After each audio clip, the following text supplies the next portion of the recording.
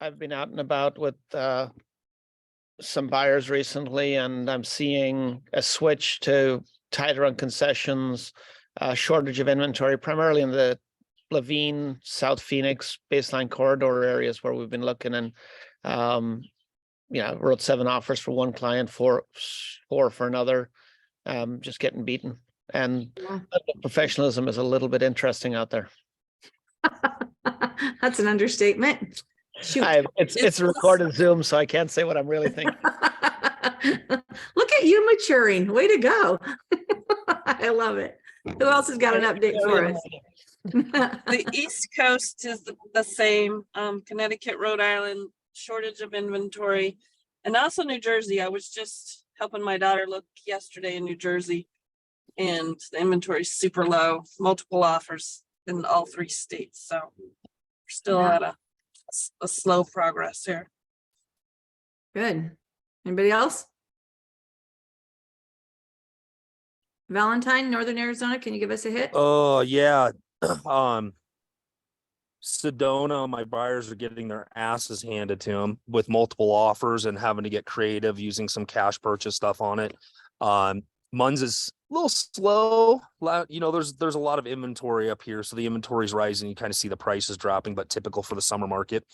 But things are still selling. And then in the Valley, it's been different. Like what Andrew said, the professionalism is a little lacking right now. With how people are responding and people not putting things under contract in MLS. And so that's been an interesting curveball right now. Yeah, for sure. But definitely seeing multiple offers with some of the buyers we're working on right now. Cool. Hey, Reed, what's Tucson look like?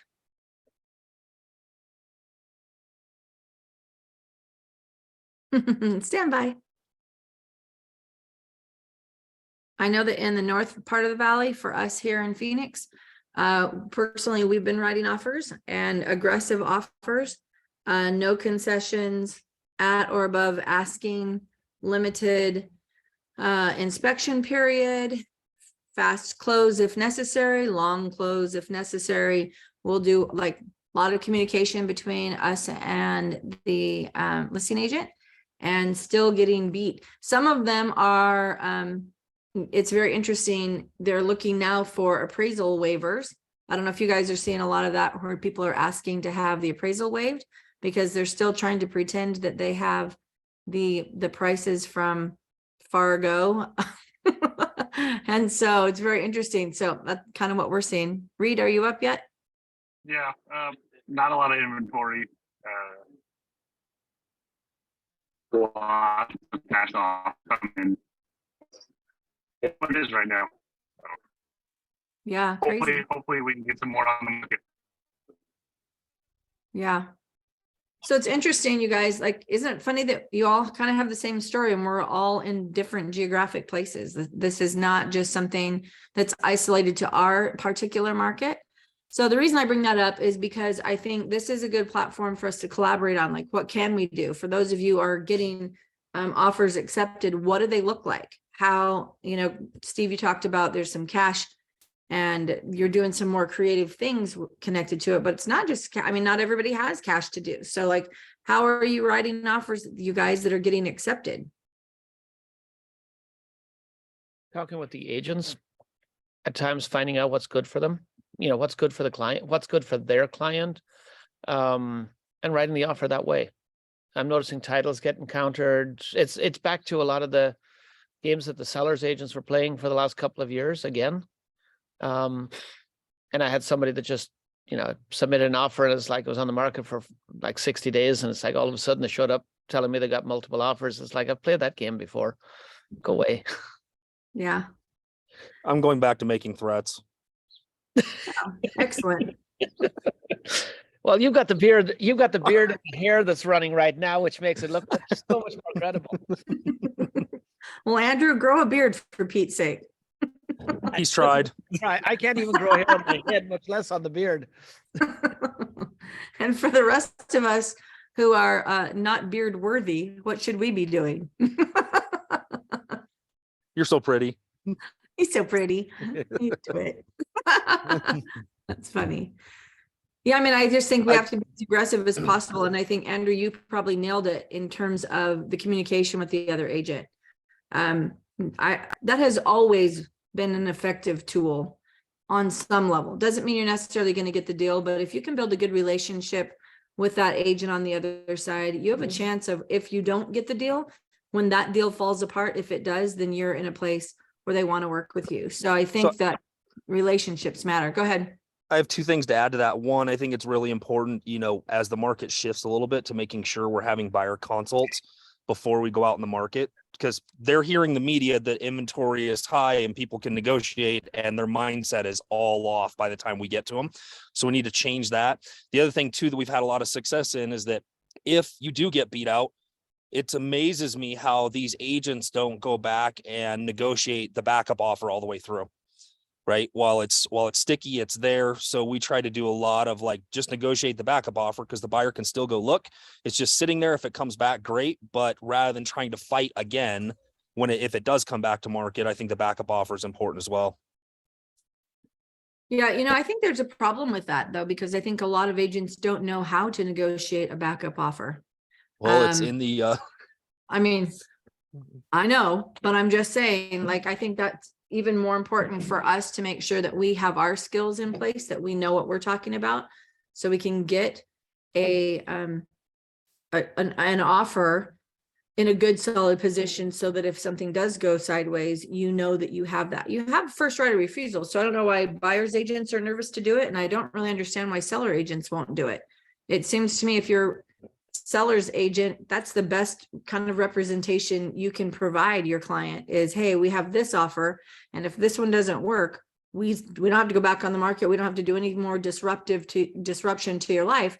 We can just execute and start working on this. Makes complete sense. And for buyers, man, if you're having that many struggles, then get as many backup offer positions as you possibly can with these offers you're writing and getting rejected, because when something does fall apart, and things fall apart, you guys, financing is a really big, tricky part of things happening. I don't need to say this, but I'm gonna. It's a big thing right now, right? There's a lot of people who think they're fully qualified. Interest rates spike, and they're not qualified anymore for what they were. They're qualified for something, but not likely for what they were qualified for. And then I'd be careful about removing contingencies in this market, by the way. I'm seeing people being willing to not have an inspection period. It's okay to reduce your inspection period, but you should know what you're buying. Number one, you shouldn't be buying things in as is or making that commitment when you don't know what you don't know. So keep an inspection period. It doesn't mean you have to ask for repairs, but you should at least know what repairs you're not asking for, and know that you can still cancel the contract for your buyer. You shouldn't be waiving, in my opinion, your appraisal. This market is so goofy, you don't have any idea how that can help you or hurt you, depending on who you are in the transaction. So those, to me, I don't think that those are strong positions to protect your buyers by waiving the appraisal. It's not a good idea, right? You can still put in appraisal contingencies. You can add, X number of dollars under appraisal will still, or appraised value, we will still close. That makes your offer a little bit stronger as a buyer, right? If your buyer knows that they have to have that cash discrepancy and they have that liquidity to do that, then that is also a great negotiating tool. We know that the appraisal is going to come in, let's just say it's 600,000, and you wrote an offer for 635, right? So that's a $35,000 discrepancy. Of what amount of that could your buyer come up with if needed, if they really wanted that house? Can they have a $10,000 or $5,000, whatever move? So just think like that so that you can have these conversations. If getting the house is that critical, you have to keep thinking. All right. Yep. Something else. Anybody else? Something else is coming in. I'm having, I think, 6 different conversations with agents right now about real, from having conversations about when I'm talking about buying their house. Nice. So it's like, hey, oh, you're with such and such a company. Oh, good. I was there for 17 years. And it's like, yeah, I'm at $236 in profit share. Last year I was there. Let me tell you about this year. Yeah. Tell- Big difference. Here's something else that was shared at our meeting last Friday, and I think most of you were there. But what was interesting was some of the stats that were shared. Real in the Phoenix market has almost 2% market share. That's a big deal for our agent population. So, and considering that we're not yet at 500 agents, we're at 477 last Friday. I don't know where we are today. I'm assuming the same. I don't think we hired anybody over the weekend, but I mean, that's pretty significant. We're doing a lot of business here. And I don't know what our stats are in other markets, excuse me, but getting, you know, the stronger the agent is, in my opinion, the more opportunity you have to have those kind of conversations, Andrew, that you're talking about, right? When you're doing business, we have people that talk a lot of business, and then we have people who actually do a lot of business. And so if we could just do a lot of business and do it well, then that helps build our reputation as a company in whatever marketplace each of us is in. So, you know, it is something to keep on the top of your head about how, you know, Steve, maybe you don't want to threaten people.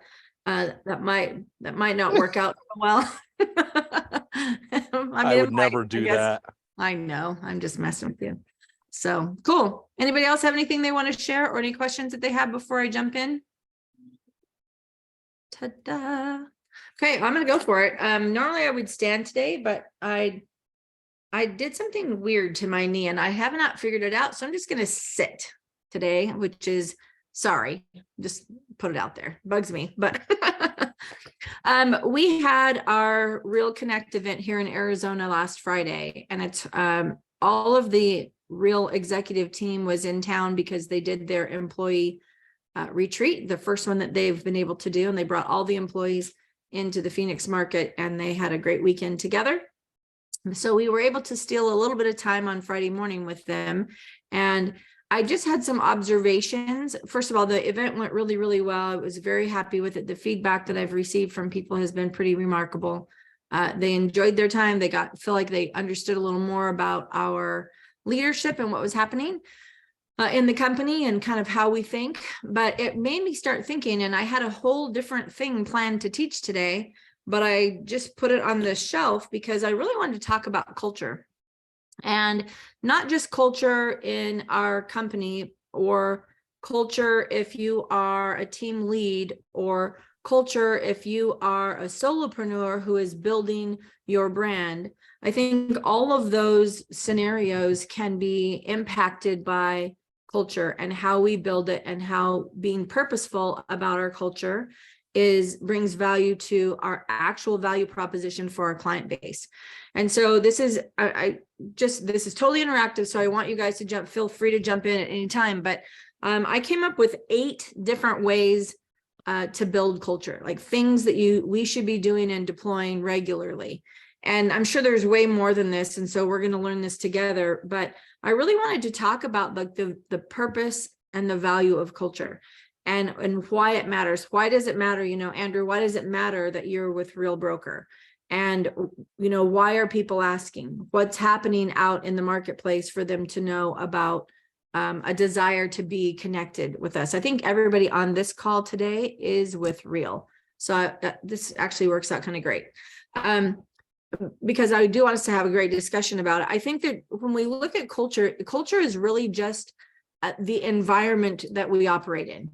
That's probably an oversimplification, but if you just kind of think about when we try to define, what is culture?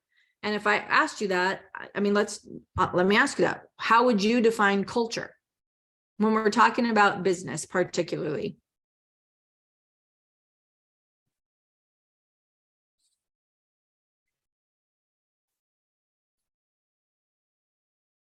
Okay, well, I'm going to go for it.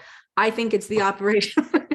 It's the environment in which you operate, right? So if we look at the culture, how many of us have ever worked in a really, really negative culture, in a negative environment, right?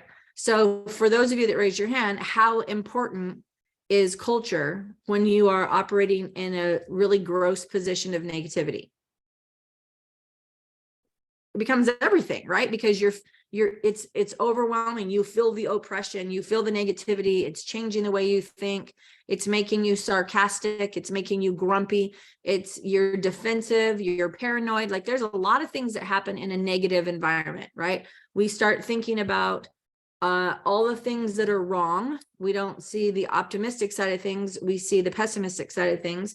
We start looking at maybe some of the things that we're doing, how we're not doing them very well anymore. We get a little self-deprecating. We get a little to the point of really not operating in our highest and best mode, right? And so I think when we're talking about a positive environment or a negative environment, you can tell. How many of you have worked in a super highly positive environment? Yeah, fewer. Like all of us can relate to the negative one. Most of us sit somewhere in the middle, but some of us have actually worked in a really positive environment. So when you work in that positive environment, what changes? What's different than that oppressive, icky part of that negative environment? What's the good stuff about a positive environment?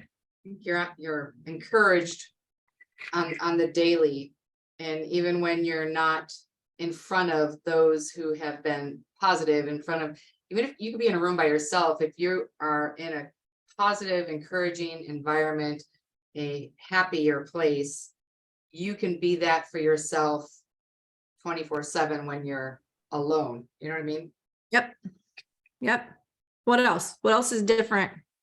Remarkably. Collaboration. Yeah, collaboration, I think growth and productivity all increase. Yeah.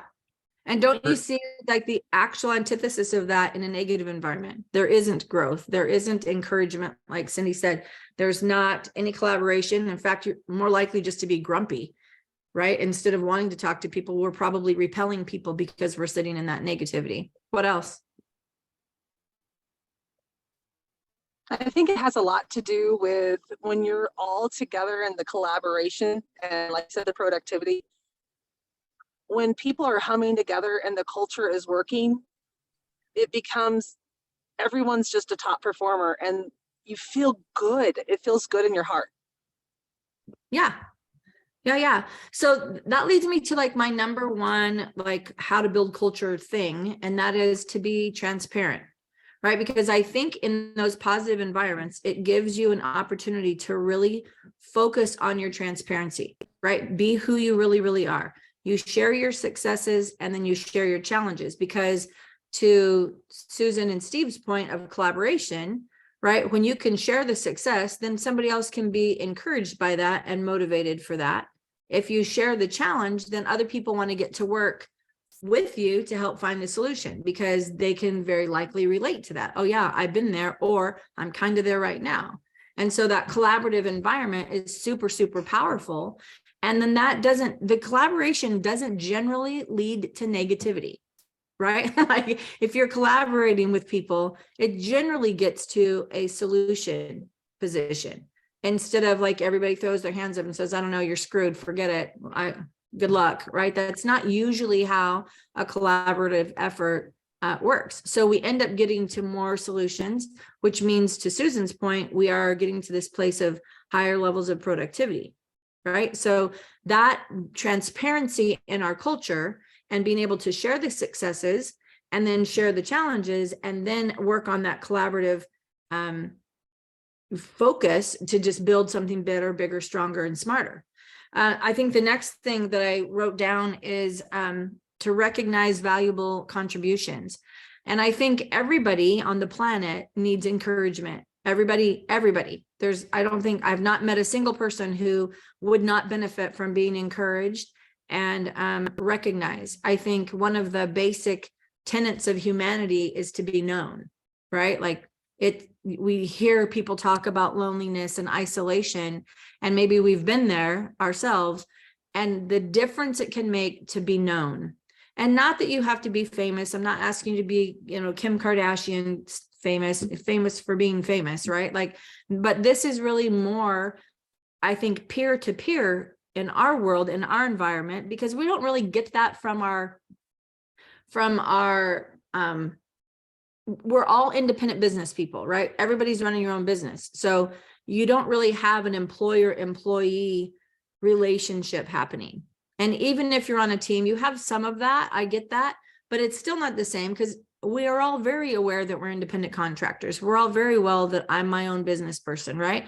But if we are in this collaborative environment or this collaborative culture, and then we start to say, hey, let's start recognizing each other. And I think it needs to be peer to peer. I don't necessarily, because there isn't an established leader, particularly when we're looking at our industry. We all have roles, right? But if I'm looking at my screen right now, every one of us is a peer to another one. None of us is in authority over the other one. But wouldn't it be cool if we had this mentality that says, I'm going to say things that I learn about you out loud and recognize and acknowledge you? Like, I just think there's some real power to that. But you should be doing that too. It shouldn't rest on me, and it shouldn't rest on our broker, or we shouldn't rely on our marketing team from the company, right? I think if we're trying to build this culture inside our company and inside our state and in whatever state you're in, right, that group of people that you're connecting with, then part of that is for us to be able to know about your successes. So when we talk about transparency, number one, of sharing your successes and your challenges, like today we got to celebrate Cindy because she has finally found a piece of land. Like, this is good.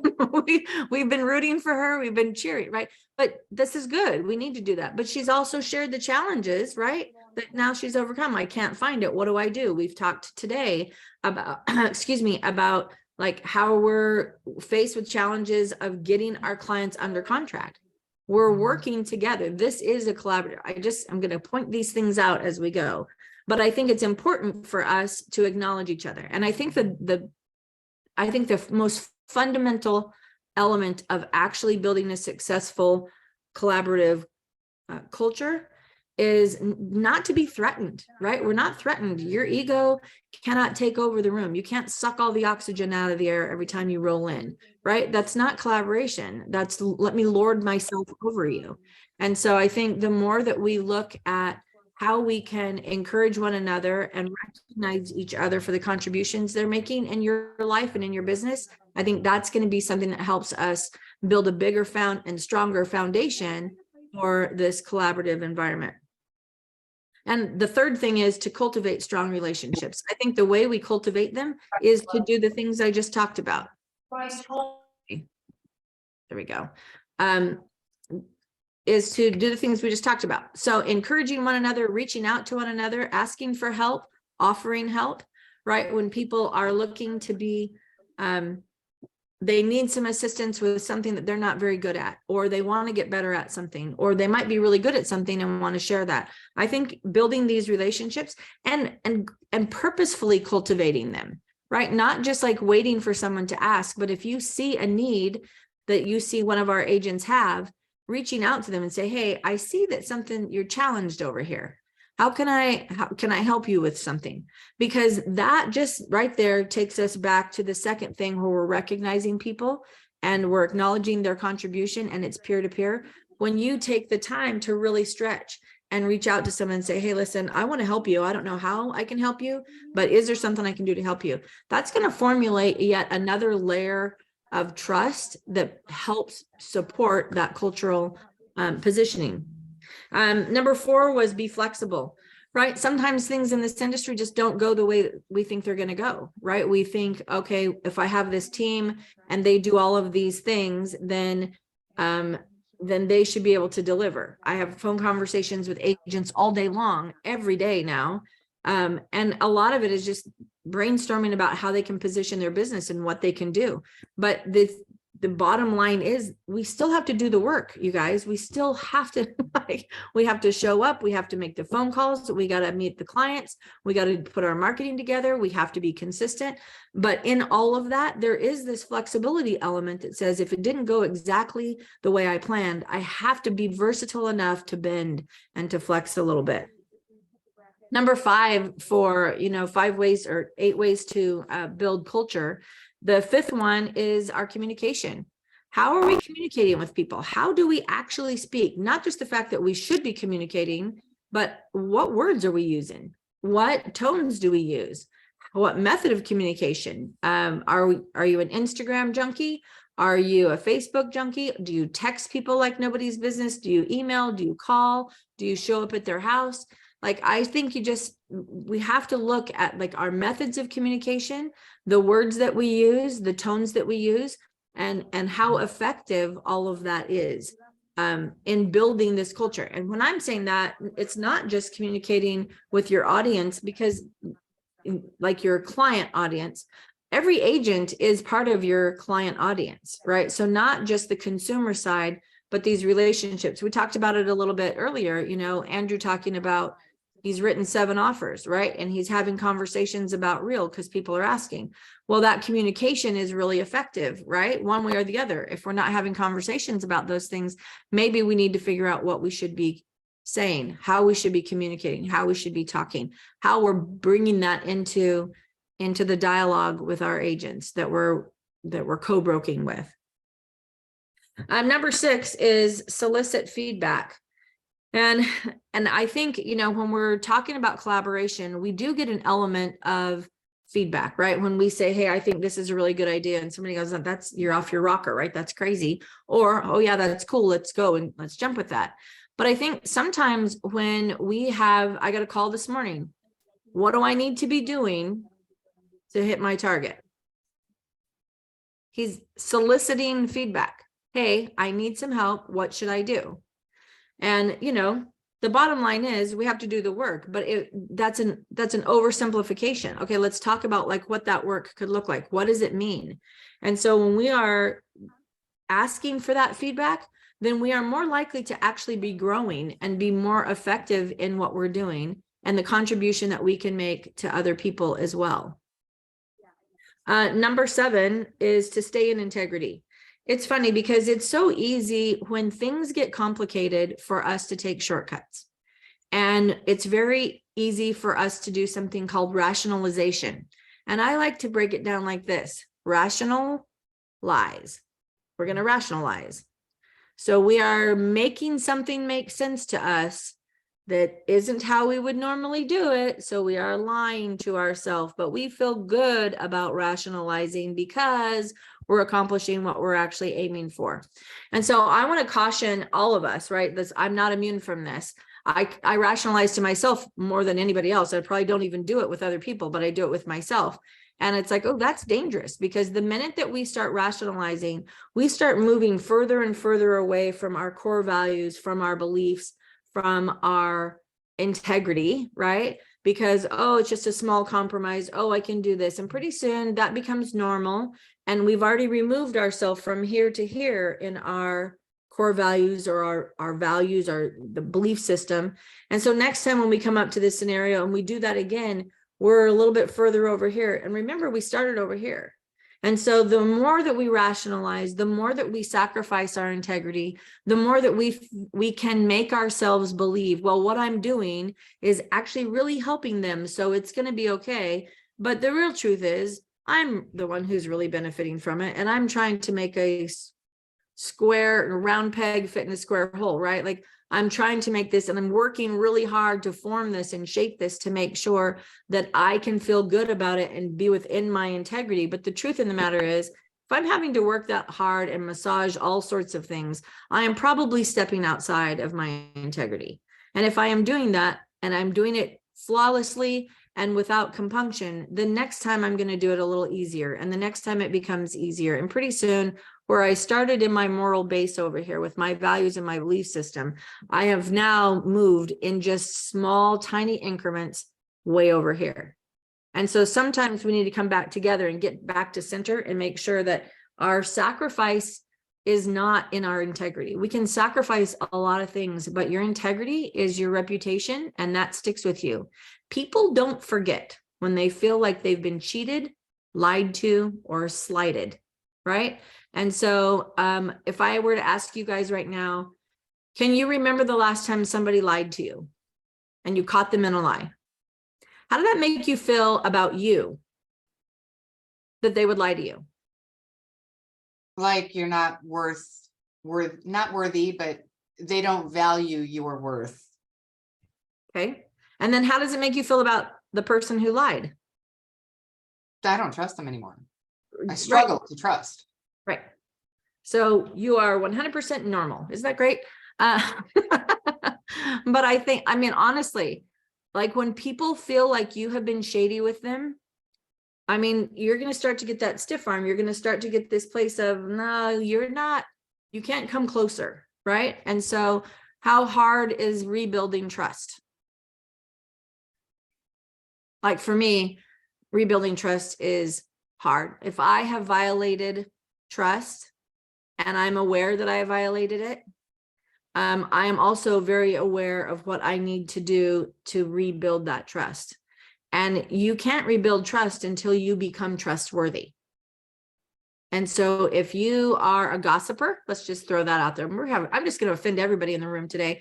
If you're a gossiper and your thing is to like dish on people and, oh my gosh, do you know what happened here? Let me just tell you about this. Let me tell you about this, all under the guises of I'm warning you. So because I love you so much, Susan, I don't want you to be wounded by Fred. Right. And so I'm going to tell you all the dish on Fred. Well, so here's the thing. Sometimes that's warranted in friendship. I get that. Like if somebody has really wronged something, has done something that's in violation, and you know that your people are in harm's way with that person, I don't think there's anything wrong with giving a warning.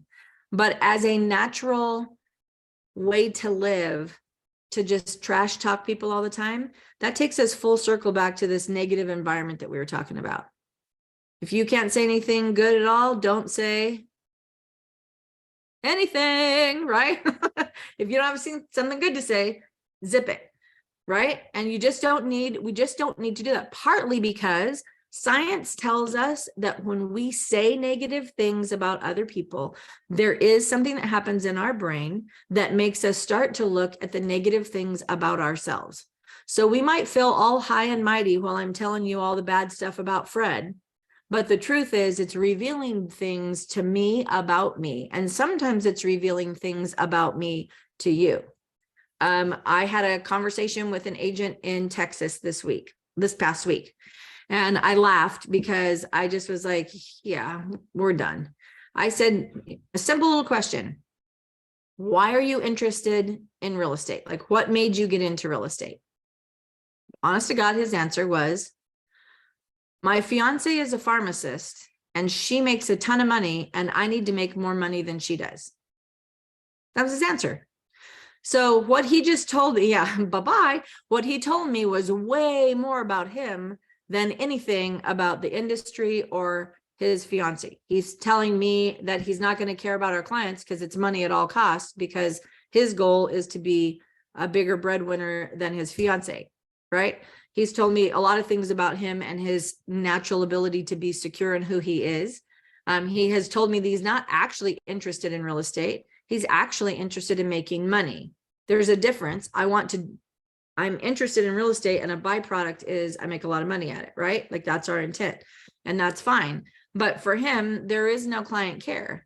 He's not interested in doing it right. He's not interested in learning. He just needs to get in, get down, get dirty, and make the money. And also we can keep his pride intact, right? So tell me that that's a personality that's going to have the client's best interest at heart ever. I didn't feel it. And so I asked him about it. He's like, oh, well, yeah, I mean, that matters. And I was like, no, as a byproduct, right? So, I mean, I think this is what we're talking about when we're talking about when we're building this community. We are definitely trying to make sure that we are building a strong culture, that we can count on people and that we're reliable and that we're truthful people. And that doesn't mean that we don't have room for mistakes or errors in our life. Sometimes we act impulsively, we say dumb things, we do dumb things, we make a bad choice, and we can't be judged. We're not the sum total of our history, right? None of us would ever get forward in life if we were constantly going to be judged by everything that we've done in our past. But there is a process for rebuilding trust, and there's a better process for those of us in business when we're talking about the integrity of our values for our business. Just don't go there. Don't get on the slippery slope. When you find yourself compromising, stop, and back up a little bit and go, okay, why am I compromising? Am I truly trying to compromise because I actually care for the client, and so I'm willing to make this little thing if I can't make it work? just don't do that, because they're not going to trust you later, because they're going to know that you tried to do something shady for them. So when they feel like something went sideways, don't you think they're like, wait, are you trying to do something shady to me now? That's how it works. People aren't dumb, you guys. People get it. And it matters how we treat each other. And then the number 8 way of building culture and maintaining our culture is to pay attention and make it a priority. We have to, numbers 1 through 7, we need to do them. We need to be present in our minds and our thoughts and our actions and our words and our deeds, whatever we do, wherever we go, however we're interacting with people. These are the things, if we're trying to build a culture that is magnetic. You know, Andrew talked about growing agent count for him, right? He's having these agent conversations, and our company rewards us for building and bringing people who are productive agents and who want to contribute to our culture. And there's no shame in that for us at all. That Real's marketing budget is paid in revenue share. They're paying the foot soldiers, you and me, everybody on this call. We are people who are being paid by Real to find other good people, producing agents who line up with our core values: work hard, be kind, simply good service. These are not difficult things. We're not asking for rocket scientists, right? We're asking for good, solid producing agents who want to build and grow a team. And so there's no shame in paying attention to these things and having these kinds of conversations. But you have to be worthy of the conversations, and you have to prove to people that our culture does look like this, and that you're building that in your own personal business, in your family, in your, if you're a solopreneur, if you're a team lead, or if you're a team member, the contributions that you're making and building and growing. Those are the things that matter. So paying attention really is the final one, making it a priority, right? Like it in your own family. If you don't even have a team, or you don't have a big client base or sphere, you should be building a culture of trust and honesty and integrity and kindness and positiveness, optimism, right? In your own family circle, in your neighborhood. These things, your reputation matters. My grandma used to tell me that you die with one thing, because everybody would say, oh, you don't die with anything, you leave everything behind. Well, what you do leave behind is your reputation. And you've earned it either way. If you've earned a good reputation, that's what gets left behind. If you have earned a not so great reputation, that's also what gets left behind. I had the honor of attending a funeral of one of our local legends, honestly, this past week. And every single person in that room just kept talking about how amazing she was, how much love. And I've been to funerals where they talk trash about the person who's passed away. So it's not like everybody just feels obligated to say nice things. There was no obligatory comments, right? There were so many genuine comments about how amazing she was and the impact that she's had on our industry. That's the kind of stuff that we should be living for, not dying for, right? And so I just want to encourage you guys that whatever role you play in your family, your neighborhood, your business, your team, your brokerage, whatever, your industry, I just want to really encourage you to keep some of these things in mind and to be purposeful and intentional about building a strong and healthy culture that people want to be connected with you. If we've learned anything through the pandemic and the subsequent couple of years here, we've learned how necessary community is, right? We are made to be connected to people. And so now we just want to, I think we should level it up. I think we should care about who we're connected to. We know we want to be connected to people. We shouldn't just be connected to just anybody. We should be connected to people who are like-minded, people who are going to give us encouragement to be better and stronger, people who are going to lead us, people who are going to allow us to lead, right? Like, I think all of those facets come in. And I think for people who are negative and sucking the life out of you, I think we can still be kind, but I don't think that's where you should spend the majority of your time. And you should definitely not be that guy that's the negative one that no one wants to spend time with. So I would encourage you just to think about the culture in your life and what you're doing about it to build it and to enhance it. And so I hope you have a really great week this week and that something culturally amazing happens to you. Thank you, Kimberly. You are welcome. Have a great week, you guys. Appreciate you. We are not together next week, so we skip a week. I'll put it out on social also, but I'll see you in a couple of weeks. I guess no, I think it's still May. Phew. I'll see you at the end of May. Okay. Bye. Bye, you guys. Bye.